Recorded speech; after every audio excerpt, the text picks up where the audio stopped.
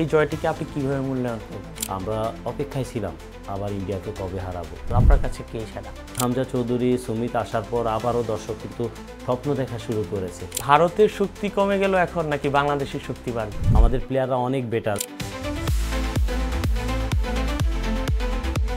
দীর্ঘ ২২ বছর পর হামজা চৌধুরী, সুমিত মুরসালিনদের হাত ধরে ফুটবলে ভারত বধ করেছে বাংলার দামাল ছেলেরা। পুরো দেশই মেতেছে ফুটবল উন্মাদনায়। এই উন্মাদনায় যোগ দিতে বাংলা নিউজ স্পোর্টস ক্যাফেতে যুক্ত হয়েছেন বাংলাদেশ জাতীয় ফুটবল দলের সাবেক তারকা গোলকিপার ও অধিনায়ক বিপ্লব ভট্টাচার্য। যে বিপ্লব ভট্টাচার্য, আপনাকে বাংলা নিউজে স্বাগত জানাচ্ছি। আপনি জানেন বাংলাদেশ দুর্দান্ত একটি ম্যাচ গতকাল জয়লাভ করেছে। তো ২২ বছর পর বাংলাদেশ জয়লাভ করলো ভারতের সাথে। তো আপনি গত যে ২২ বছর আগে যে ম্যাচটিতে বাংলাদেশ জয়লাভ করেছে সেটিতে আপনি খেলেছিলেন, তো আপনার অনুভূতিটি কেমন? অসাধারণ অনুভূতি। যদি দেখেন ২২ বছর আগের যে স্মৃতি, ইন্ডিয়ার সাথে তখন ইন্ডিয়ার টিমটাও ছিল দুর্দান্ত একটা টিম ছিল। সো অসাধারণ একটা টিম ছিল। তো আমরা তাদেরকে আমাদের মাঠে হারাই, ২-১ গোলে হারাই ওই ম্যাচ। আমার এখনও মনে আছে 78 মিনিটে গোল করেছিলেন কাঞ্চন। আবার আমরা লাস্ট মুহূর্তে গিয়ে গোল কনসিড করি এবং ইনজুরি টাইমে মতিউর মুন্নার গোলে আমরা গোল্ডেন গোলে জিতি। সো ওই সময়ের যে আমাদের টিমের যে অবস্থা, সত্য কথা, সারা বাংলাদেশের মানুষ কিন্তু ওই সাফ ফুটবলে ওই জয়টা ছিল দুর্দান্ত একটা জয়। আর দীর্ঘ ২২ বছর পর গতকাল যে জয়টা পেলাম, আসলে দীর্ঘদিনের অপেক্ষার অবসান হলো। আমরা অপেক্ষায় ছিলাম আবার ইন্ডিয়াকে কবে হারাবো। তো আমাদের দেশের মানুষ সত্যিই খুশি যে সারা দেশের মানুষ একসাথে আমরা এই আনন্দ উদযাপন করেছি। আমরা যদি দেখি ক্রীড়া উপদেষ্টা থেকে শুরু করে সবাই মাঠে ছিলেন, ক্রিকেটার, সারা বাংলাদেশের যারা প্রত্যেক পার্সোনালিটি মানুষ কিন্তু যারা সুযোগ পেয়ে হয়েছে তারা মাঠে এসে খেলা দেখেছেন। তো এই জয়টা সত্যি কথা সারা বাংলাদেশের মানুষকে ফুটবলের একটা দিন হিসাবে নিয়েছে, যে এত আনন্দ, এত উচ্ছ্বাস, এবং প্রধান উপদেষ্টা নিজেও কিন্তু ফুটবলারদের অভিনন্দন জানিয়েছেন। সো এটা আসলে সবার মধ্যে একটা দীর্ঘদিনের যে একটা আমাদের অবসান, জয় পেলাম। তো এই দীর্ঘ অবসানের পর একটা জয়, এটা অনেক বড় পাওয়া ছিল। আচ্ছা, তো আপনার কাছে কি মনে হয় এই ম্যাচটি আসলে, এই জয়টিকে আপনি কিভাবে মূল্যায়ন করবেন?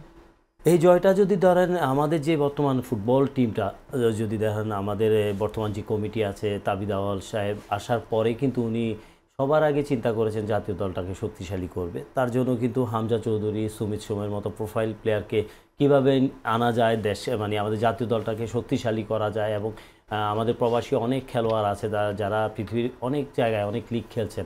তো জাতীয় দলটাকে শক্তিশালী করা এবং দর্শকদের মাঠে ফেরানো, এটা ছিল অনেক বড় চ্যালেঞ্জের ব্যাপার। সো হামজার আগমন এবং সুমিতের আগমনে সারা বাংলাদেশের মানুষ কিন্তু বর্তমান ফুটবল টিমটা কিন্তু ভালো ফুটবল পারফর্ম করেছে, দর্শকদের হৃদয় জয় করেছে। দেখুন, ফুটবল একটা ব্র্যান্ডের খেলা। আমাদের ৯০ দশক, ৮০ দশক আমরা যখন খেলেছি তখন কিন্তু এই দর্শকরা এরকমই উচ্ছ্বাসে ছিল, মাঠে আসতো, খেলা দেখতো। তো মাঝখানে হারিয়ে গিয়েছিল। সো ব্র্যান্ড একটা অনেক বড় ব্যাপার, ফ্যাক্টর। সো আমি মনে করি যে হামজা চৌধুরী, সুমিত আসার পর আবারও দর্শক কিন্তু স্বপ্ন দেখা শুরু করেছে। তো আমার মনে হয় যে এটা কিন্তু অসাধারণ ছিল। এই দর্শকরা হলো আমাদের প্রাণ। এই দর্শকরা যদি মাঠে না আসতো তাহলে এই খেলার কিন্তু যে একটা উত্তেজনা, যে খেলা ফুটবলের প্রতি যে ভালোবাসা, সেটা আমরা অনেকে বুঝতাম না। বর্তমান প্রজন্ম কিন্তু আবারও ফুটবলমুখী হয়েছে। এটার জন্য অবশ্যই ধন্যবাদ জানাচ্ছি ফুটবল ফেডারেশনকে এবং আমাদের তাবিদ আউয়ালকে। উনি কিন্তু কন্টিনিউয়াস প্রসেসিং করছেন যে কীভাবে বাংলাদেশের জাতীয় দলটাকে শক্তিশালী করা যায় এবং ফিউচার প্লেয়ার নিয়ে চিন্তাভাবনা। তো আমার মনে হয় যে এটা অসাধারণ ছিল। না, আপনি যেটি বলছিলেন যে দর্শকরা হচ্ছে খেলার একটি প্রাণ, তো এই দর্শক হঠাৎ করে ফুটবলের প্রতি এভাবে আগ্রহ বাড়ার কী কারণ? আপনার কাছে কী মনে হয়? বাংলাদেশ দলের এখন ম্যাচের টিকিট দেখা যায় যে কয়েক ঘন্টার মধ্যেই শেষ হয়ে যাচ্ছে। এটি এভাবে দর্শকের এই উন্মাদনা হঠাৎ কিভাবে ফিরল? দেখুন, আমি একটু আগেই বললাম যে ব্র্যান্ড একটা ব্যাপার আছে, কোয়ালিটি প্লেয়ার। সো আমার মনে হয় যে হামজা চৌধুরীদের যে কোয়ালিটি, হামজা চৌধুরীর যে প্রোফাইল, সে লেস্টার সিটিতে খেলেছে এবং ইংলিশ প্রিমিয়ার লিগে খেলে। সুমিত সোমের মতো খেলোয়াড় কানাডা ন্যাশনাল টিমে একটা সময় ছিল, খেলেছেও, এবং সে এখন আমাদের প্রতিনিধিত্ব করছে। সো এতে করে কিন্তু আমাদের দর্শকদের আগ্রহ বেড়ে গেছে যে এত বড় মাপের খেলোয়াড় আমাদের জাতীয় দলে খেলছে। এবং বিশেষ করে এখন বাংলাদেশ জাতীয় দলের সাথে, ফুটবল টিমের সাথে খেলার জন্য কিন্তু অনেক দেশই কিন্তু আগ্রহ প্রকাশ করছে ডিউ টু তাদের প্রোফাইলিং। তো প্রোফাইলিং একটা ব্যাপার। এবং যদি মার্কেটিংটা বলেন, ফুটবলের মার্কেটিং ঠিকমতো হচ্ছে কিনা, অবশ্যই মার্কেটিং হচ্ছে থেকে দর্শকরা আবার মাঠমুখী হয়েছে। এটা কিন্তু অনেক বড় ব্যাপার। আপনার কাছে কি মনে হয় গতকাল যে ম্যাচটি, তো সেই ম্যাচে কি মানে ভারতের শক্তি কমে গেল এখন নাকি বাংলাদেশের শক্তি বাড়লো? দেখুন, আমাদের ভারতের সাথে যদি কম্পেয়ার করেন বর্তমান ভারতীয় যে দলটা, আমার কাছে মনে হয় যে ভারতীয় দলটা একদম অর্ডিনারি একটা দল। কারণ আমরা যখন ভারতের টিমের সাথে খেলেছি তখনের যে প্লেয়ারদের স্ট্যান্ডার্ড ছিল সেই তুলনায় অনেক কম। আমাদের প্লেয়াররা অনেক বেটার। আর আমাদের দল অনুযায়ী আমরা যদি দেখি, আমাদের হামজা, সুমিত ওরা আসার পর অসাধারণ একটা টিম আমাদের। এবং আমরা দক্ষিণ এশিয়ায় কিন্তু এখন হয়তো এই টুর্নামেন্টে আমরা হয়তো যদি দেখেন হয়তো আমরা ম্যাচ জিততে পারিনি, অনেক ম্যাচ জিততে পারিনি, জিততেও আমরা ড্র করেছি বা হেরে গেছি। তো পারফরমেন্স যদি মূল্যায়ন করেন, আমরা কিন্তু এই গ্রুপ থেকে কিন্তু এখন যদি 8 থেকে 9 পয়েন্ট থাকার কথা, গতকাল আমরা 3 পয়েন্ট পেলাম। হ্যাঁ, ইন্ডিয়ার সাথে ওদের মাঠে একটা ড্র করেছি। সো হংকংয়ের মাঠে গিয়ে হংকংয়ের সাথে ড্র করেছি, অথচ আমাদের মাঠে হেরেছি, সিঙ্গাপুরের সাথে হেরেছি। সো আমরা যদি ইকুয়েশন করি, এই টুর্নামেন্টে আমরা অন্তত এখন ফার্স্ট অথবা সেকেন্ড পজিশনে থাকি। আমরা যদি কাজে লাগাতে পারতাম, আমাদের যে স্কোরিং অ্যাবিলিটিগুলো যদি কাজে লাগাতে পারতাম আর মিস্টেকগুলো যদি না করতাম, ম্যাচগুলো হেরেছি। তো আমার মনে হয় যে আমরা এখন দক্ষিণ এশিয়ায় যদি আমরা দেখি সাব অঞ্চলে one of the best team Bangladesh. গতকালের যে ম্যাচ, সেই ম্যাচটিতে আপনি ম্যান অফ দ্য ম্যাচ কাকে ধরবেন? দেখুন, আপনি যদি বলেন যে আমাদের টোটাল টিমের কিন্তু সবচেয়ে বড় একটা জায়গা হলো হামজা। হ্যাঁ, হামজার কথা বলবো। হামজা কিন্তু গতকাল ম্যাচটা যদি আমি দেখি প্রথম থেকে, ওর আমার কাছে মনে হয়েছে সে ইনজুরি নিয়ে খেলেছে। লাস্ট ম্যাচটা আমরা দেখেছি সে ব্যথা পেয়েছে, ওইটা নিয়েও কিন্তু ম্যাচে খেলে তার যে এফোর্ট ছিল মাঠে, এবং একটা বল সে গোল লাইন থেকে বাঁচিয়েছে হেড করে, যেটা গোল হলে কিন্তু আমরা হয়তো ম্যাচটা জিততে পারতাম না। সো আমার কাছে মনে হয় যে আমি হামজাকে দিব, অবশ্যই হামজাকে দিব। পাশাপাশি মোরসালিনকে, অবশ্যই মোরসালিনের অসাধারণ গোল এবং রাকিবের যে স্পিডে বিট করা, ভালো একটা ফাইনাল পাস দেওয়া এবং মোরসালিন ঠান্ডা মাথায় গোলকিপারের পায়ের ফাঁক দিয়ে দেওয়া, এটা অসাধারণ ছিল। আর আমার কাছে মনে হয় যে টোটাল টিমটা কালকে যেভাবে ধরেন একদম ফোকাস ছিল, মিস্টেক করেনি।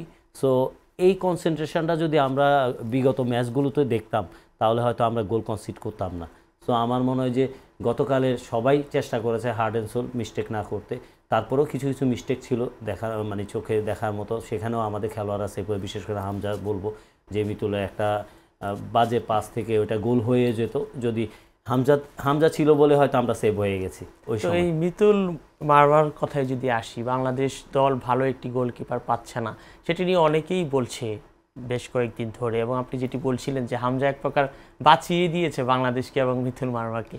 তো আপনার কাছে কি মনে হয়, একজন সাবেক গোলকিপার হিসেবে আপনি কি বলবেন, বাংলাদেশের কি এখন গোলকিপার খরায় ভুগছে কিনা?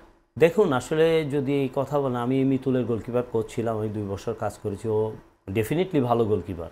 সো দেখেন, একটা খেলোয়াড়ে কিন্তু পিক টাইম থাকে, কখনো ভালো অবস্থায় থাকে তার পারফরমেন্স, কখনো ডাউন হয়। সো মিতুলের লাস্ট এই টুর্নামেন্টে কিছু ম্যাচ খারাপ হয়েছে। এটা আসলে মিতুলের খারাপ হওয়ারও কারণ আছে, তার ভাই মারা গেছে। আমরা জানি যে সিঙ্গাপুরের ম্যাচের 2-3 দিন আগে তার ভাই মারা গেছে। তো তারপর থেকে সে সাইকোলজিক্যালভাবে অনেকটাই যদি বলেন, আপনার পারফরমেন্স যদি বলেন, ডে বাই ডে তার ডাউন হয়ে গেছে। সো তারপরেও ধরেন কোচ তার প্রতি আস্থা রেখেছে, সে কন্টিনিউয়াস ম্যাচ খেলেছে। এখানে অবশ্যই আমাদের আরও গোলকিপার যারা আছেন, শ্রাবণ আছেন, সুজন ছিল টিমে। দেখুন, আমি মনে করি যে আমি একজন গোলকিপার কোচ এবং আমি গোলকিপার ছিলাম। তো আমি এই জিনিসটা বুঝি, একটা গোলকিপার যখন সাইকোলজিক্যালভাবে ফিট না হয়, অবশ্য তাকে বড় বড় বড় ম্যাচে দেওয়া ঠিক হবে না। এটা আমার যুক্তি, আমি নিজে খেলেছি, আমি জানি সাইকোলজিক্যাল অনেক একটা ব্যাপার। কারণ সাইকোলজিক্যালি একটা খেলোয়াড় যদি ভালো না থাকে তাহলে অবশ্যই সে ম্যাচে তার ভুলগুলো দেখা যাবে। সো আমার মনে হয় যে এই জায়গায় কোচ তারপরে তার প্রতি আস্থা রেখেছেন এবং সে খেলে গেছেন। আমি মনে করি যে এখানে শ্রাবণ আছে, সুজন আছে, তারাও কিন্তু যোগ্যতা দিয়ে জাতীয় দলে আছে। তো মাঝে মাঝে কোচদের কিন্তু সাহসী হতে হয়, এটা আমি সবসময় বলি। কারণ আপনি যদি সাহসী না হন তাহলে আমি ভালো ট্যালেন্টেড পাবো না। তো আমার মনে হয় আমার যারা আছে, সাইডলাইনে যারা আছে, অবশ্যই কিছু কিছু ম্যাচ তাদেরকে সুযোগ দেওয়া যেতে পারতো। দেখুন, এর মধ্যে শ্রাবণের কথা বলো, শ্রাবণ কিন্তু আন্ডার-23-তে খুব ভালো খেলেছে এবং পাশাপাশি সুজনও কিন্তু নেপালের অ্যাগেনস্টে নেপালের মাঠে ভালো খেলেছে। তো এখানে মিতুল কন্টিনিউয়াস যখন খারাপ করছিল, অবশ্যই মিতুলকে ড্রপ দিয়ে যদি আমরা দুজনে একজনকে দেখতে পারতাম তাহলে আমরা আরও গোলকিপার হয়তো পেতাম, আরও বেটার কিছু পেতাম।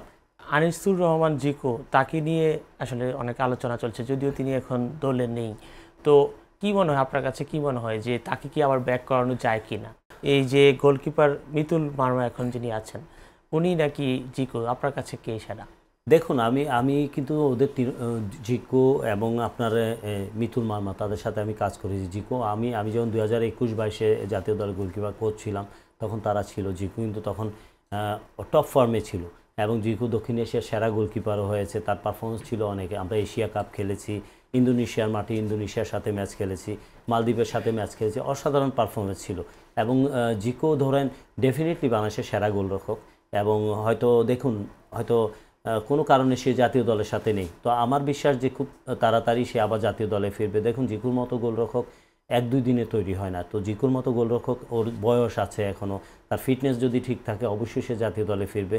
তারপরেও আমি এটা বলবো যে সে ঘরোয়া লিগে তার পারফর্ম করতে হবে। তার ক্লাব বসুন্ধরা কিংসে আছে, সেখানে আবার শ্রাবণও আছে।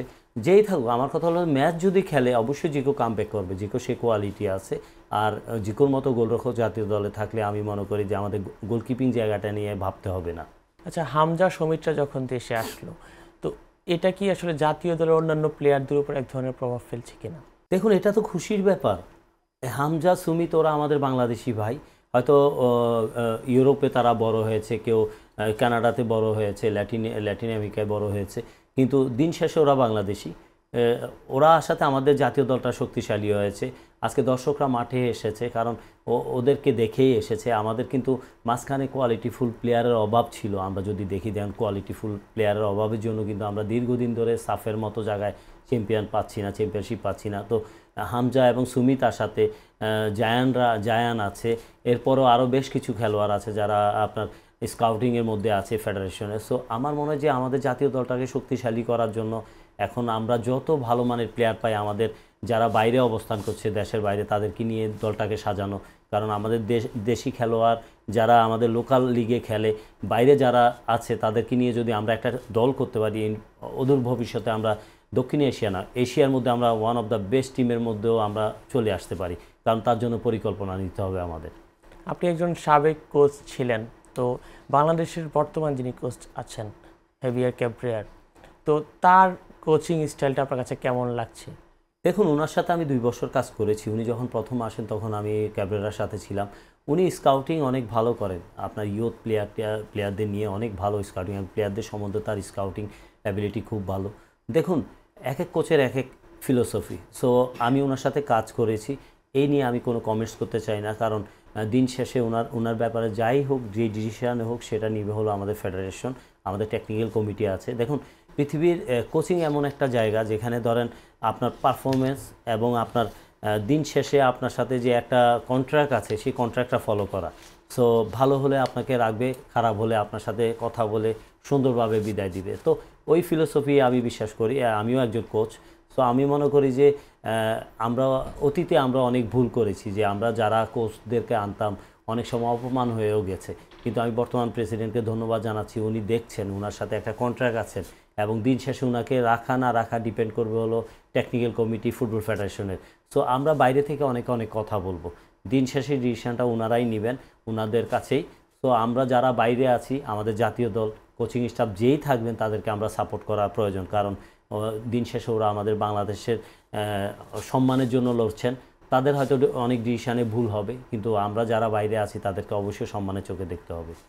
এখন যে ধরনের আসলে এক ধরনের মানে ফুটবলের জোয়ার চলছে, এটি কি আসলে সাময়িক নাকি এটি আসলে চলবে আরও? দেখুন সাময়িক বলতে কোনো কিছু নেই।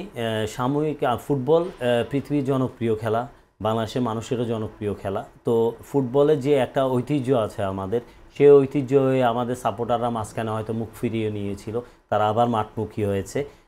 এই জন্য অবশ্যই আমি ফুটবল ফেডারেশনকে ধন্যবাদ জানাই যে সাপোর্টারদেরকে আবার স্বপ্ন দেখানো শুরু করেছে। সো সেই স্বপ্নটা যেন কন্টিনিউয়াস ধরে রাখে, সেটাই প্রত্যাশা করব, যেন আমাদের সাপোর্টাররা কন্টিনিউয়াস ফুটবলকে, দেখুন প্রত্যেকটা খেলাই আমাদের খেলা। সো আমাদের প্রত্যেকটা খেলা যদি ভালো করে, দেশের সম্মান বৃদ্ধি হবে, বাংলাদেশকে বিশ্বের সবাই চিনবে। সো আমরা চাই প্রত্যেকটা খেলাধুলায় এগিয়ে যাক, প্রত্যেকটা খেলাধুলাকে আমরা সাপোর্ট করি, যেন আমরা খেলাধুলাকে এগিয়ে নিতে পারি, সেটাই প্রত্যাশা করব। আপনার কাছে কি মনে হয় বাংলাদেশের আগের যে একটি সাউথ এশিয়ান যে আধিপত্য, সেটি কি আমরা আবার ফিরে পাবো কিনা? অবভিয়াসলি ফিরে পাবো, কারণ সেই হিসাবে আমাদের জাতীয় দলটা শক্তিশালী হয়েছে এবং আরও শক্তিশালী হবে সামনে। তো অনেক সুযোগ আছে। সো এখন হলো সবচেয়ে বড় জিনিস আমাদের টার্গেট করতে হবে আমাদের সাফে আবার আমাদের চ্যাম্পিয়ন, আমরা যে বিগত সময়ে আমরা চ্যাম্পিয়ন ছিলাম সেই চ্যাম্পিয়নশিপটা অর্জন করা। তো সাফে যদি আমরা চ্যাম্পিয়ন হই আমাদের মনোবল আরও বাড়বে, তারপর আমরা এশিয়ার দিকে ফোকাস করব।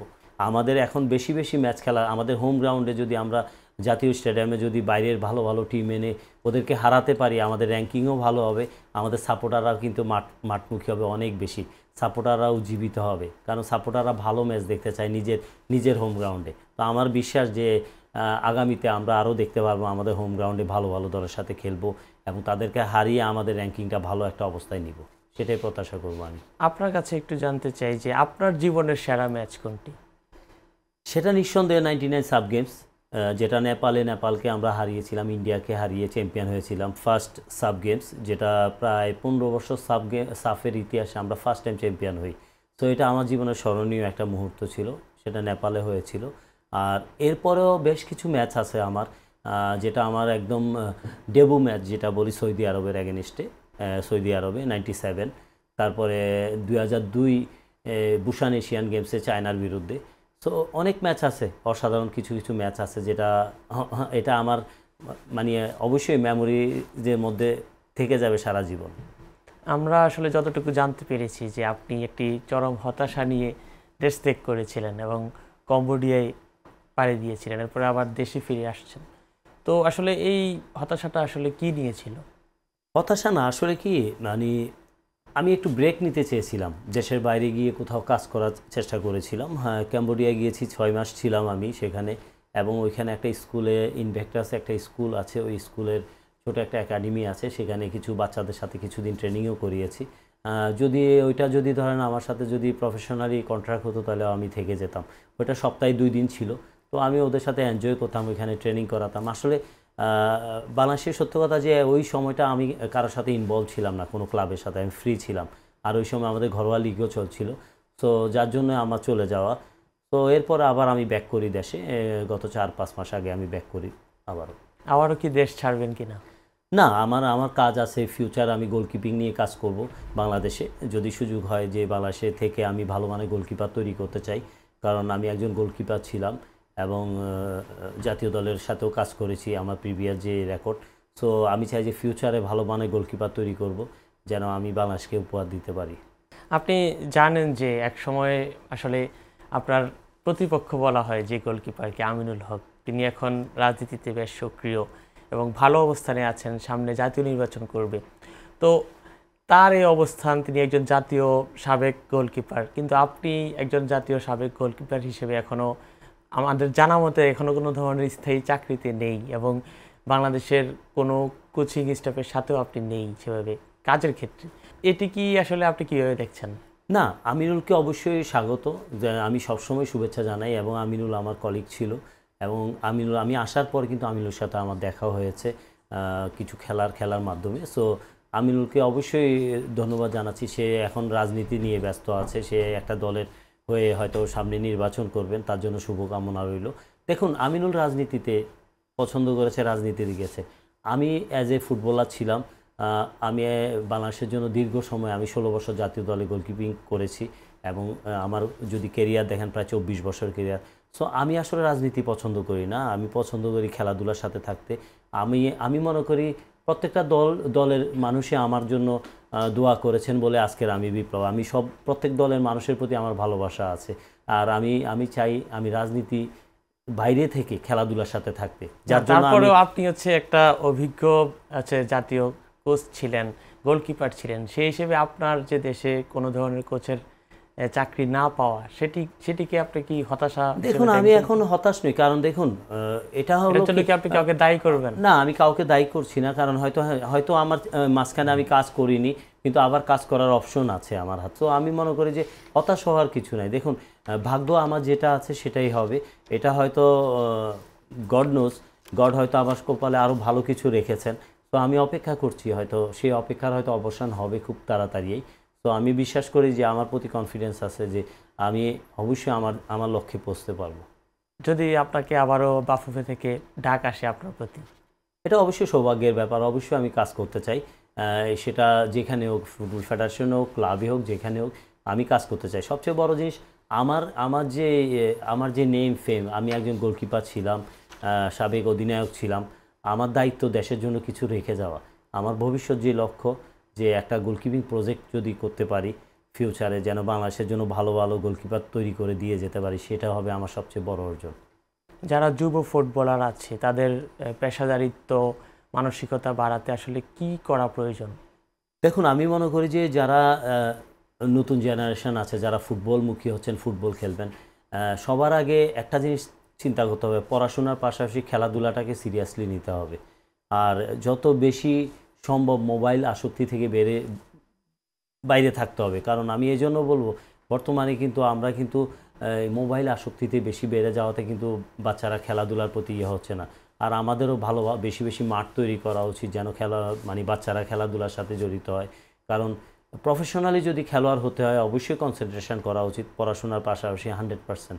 কারণ খেলাধুলা করলে কিন্তু সবাই জানবে, চিনবে এবং নিজের একটা অবস্থান হবে, দেশকে রিপ্রেজেন্ট করতে পারবে। তো আমি মনে করি খেলাধুলা একটা একটা একটা মানুষকে কিন্তু ভালো মানুষ হওয়ার কিন্তু সুযোগ করে দেয় এবং ভালো ভালো মেন্টালিটি। সো আমি মনে করি যে খেলাধুলার সাথে যদি বাচ্চারা থাকে, অবশ্যই তারা ভালো ভালো জায়গায় থাকবে এবং ভালো কিছুই অর্জন করতে পারবে। অনেক ধন্যবাদ বিপ্লব ভট্টাচার্য আপনাকে। ধন্যবাদ আপনাদেরকেও, বাংলা নিউজ 24কে আমাকে আমন্ত্রণ জানানোর জন্য। আপনাদের জন্য শুভকামনা রইল। দর্শক, এই ছিল বাংলা নিউজের স্পোর্টস ক্যাফেতে। আমি মিনহাস চৌধুরী ছিলাম আপনাদের সাথে। এমন আরও স্পোর্টস নিয়ে নানা আলোচনা জানতে বাংলা নিউজের সাথেই থাকুন।